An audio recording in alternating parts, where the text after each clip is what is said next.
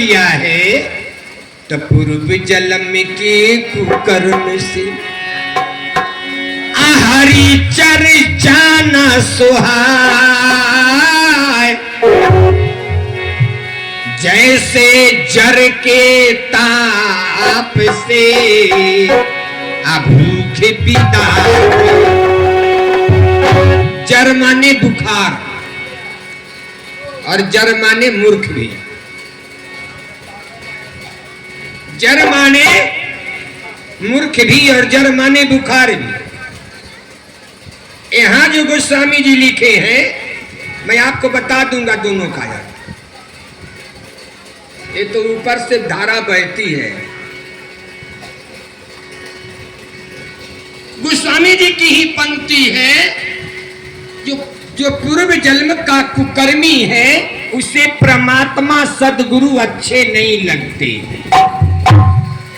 बोले कैसे? जैसे जर के ताप से, ताप माने गर्मी, बुखार के गर्मी से भूख विदा हो जाती है। यहाँ उन्होंने कहा बुखार के लिए और इसी जर को वर्णन किया आगे सीता स्वयंवर में।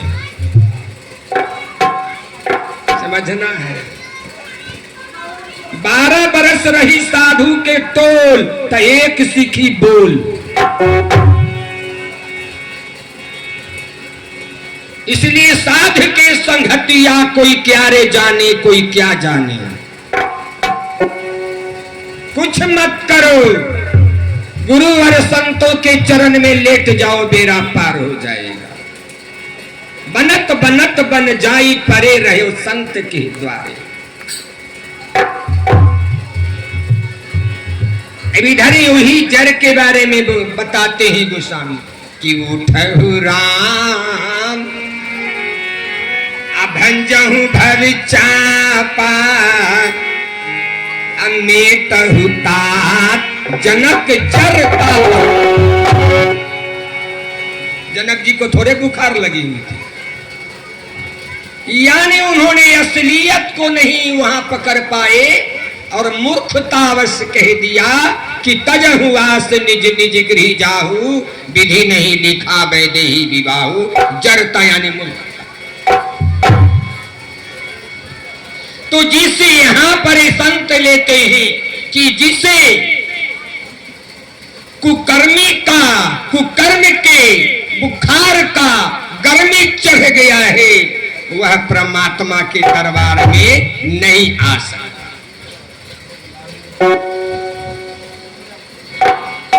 माई चाहे कितना धनवान हो, चाहे कितना विद्वान हो, चाहे कितना बलवान हो,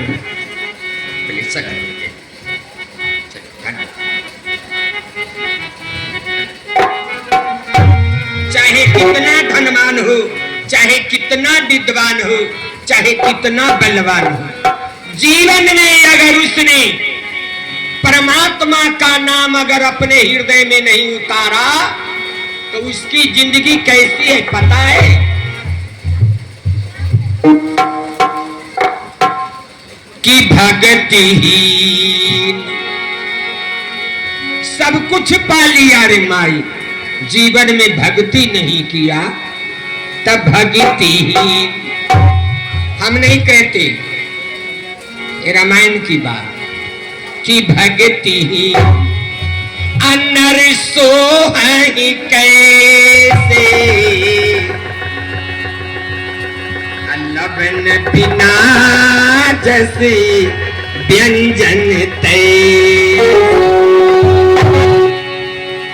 खूब मसाला गरम मसाला डालकर सब्जी बना लो माई और 1 चम्मच नमक ना डालो सब बेकार। उसी तरह परमात्मा ने सुंदर शरीर दिया, धन दिया, बल दिया, जन दिया, भक्ति नहीं किया तो बिना नमक का सब। इसीलिए माई जीवन में मानव का शरीर मिला है। बड़ नीक भैया भी बाँचित रहो कि ईश्वर अंश अजीब अविनाशी चेतन सहज अमल सुखरा।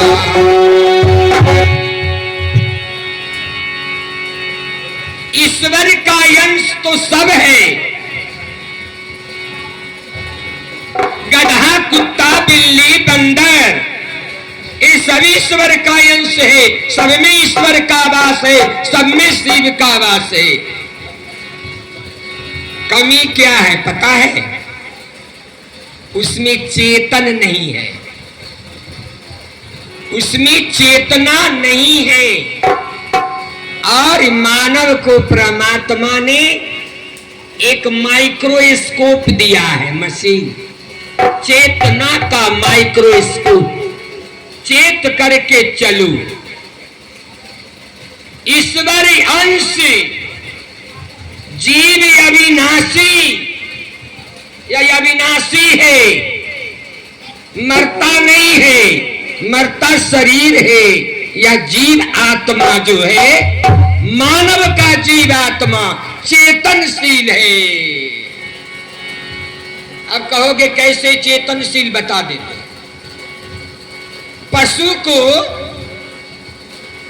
अपने भोजन करने वाले स्थान पर बांध दो, चारा डाल दो, वह भरपेट खा लेगा और उसी पर गोबर कर देगा। उसे ये परवाह नहीं है कि कल भी मुझे इसे खाना है, सुरक्षित रख सकूं, उसमें चेतना नहीं। लेकिन मानव में चेतना है। तो चेतना है तो चेतना का अर्थ है चेत कर चलना, चेता देना कि यहां खतरा है। अब हम लोग जीवन जिए चले जा रहे हैं, आगे खतरा है, वह दिखाई नहीं पड़ रहा है। मान लो उसमें चेतना नहीं। शरीर मानव का है, आहार विहार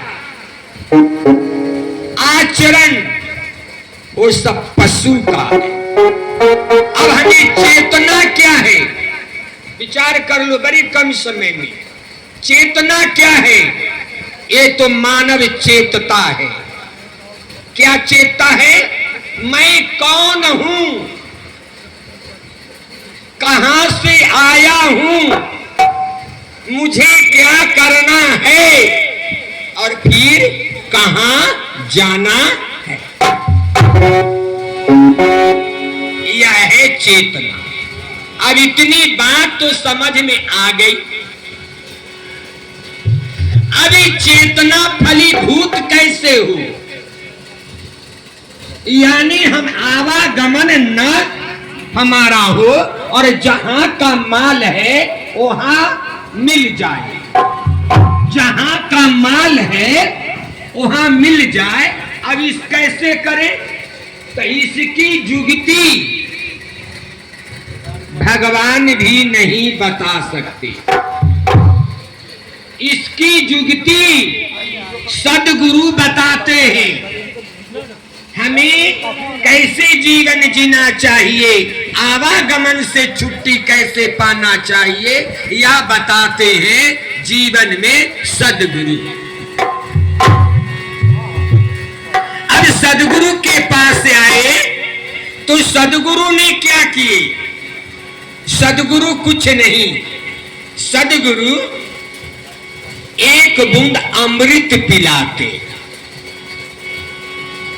आप जो गुरु शब्द देते हैं उस शब्द को शब्द मत समझना, उस शब्द से आनंद की धारा बहती है, आनंद का सागर है। इसीलिए अब उस नाम से हम धारा कैसे चलाएं यह भी गुरु बताते। संत सम्राट कबीर साहब ने कहा कि मधुआ